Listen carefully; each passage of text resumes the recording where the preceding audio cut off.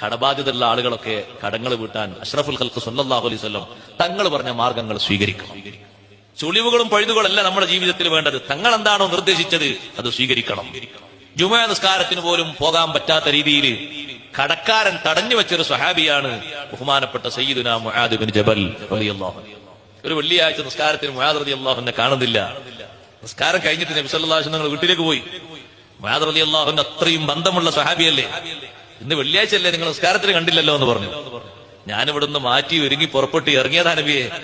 പക്ഷെ ഒരു യഹൂദിക്ക് കുറച്ച് പൈസ കൊടുക്കാണ്ടായിരുന്നു, കുറച്ച് സ്വർണം കൊടുക്കാണ്ടായിരുന്നു. അത് കൊടുക്കാൻ കഴിയാത്തതുകൊണ്ട് അയാൾ എന്നെ തടഞ്ഞു വെച്ചു, എന്നെ വിട്ടില്ല. ജുമഅക്ക് വരാൻ എന്നെ വിട്ടില്ല, എന്നെ പിടിച്ചു വെച്ചു. ഇത് പറഞ്ഞപ്പോ അഷ്റഫുൽ ഖൽഖ് സല്ലല്ലാഹു അലൈഹി വസല്ലം നിങ്ങൾ പറഞ്ഞു, ഭൂമി നിറയെ നിങ്ങൾക്ക് ഒരാൾക്ക് സ്വർണം കൊടുക്കാനുണ്ടെങ്കിലും നിങ്ങൾ പേടിക്കേണ്ടതില്ല. സൂറത്ത് ആലി ഇമ്രാനിലെ 26, 27 ആയത്തുകൾ ഓതിക്കൊടുത്തിട്ട് തങ്ങളത് ചൊല്ലാൻ പറഞ്ഞു എല്ലാ ദിവസവും.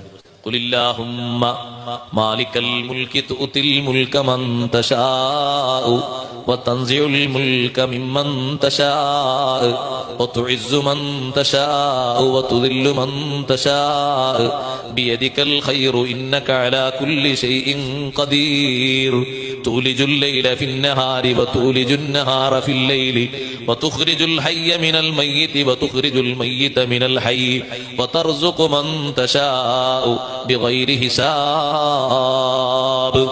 ഈ ആയത്തുകൾ എല്ലാ ദിവസവും ഓതാൻ വേണ്ടി മുആദ് റളിയല്ലാഹു അൻഹുവിനോട് നിർദ്ദേശം കൊടുക്കുന്നു സയ്യിദുനാ റസൂലുള്ളാഹി സ്വല്ലല്ലാഹു അലൈഹി വസല്ലം.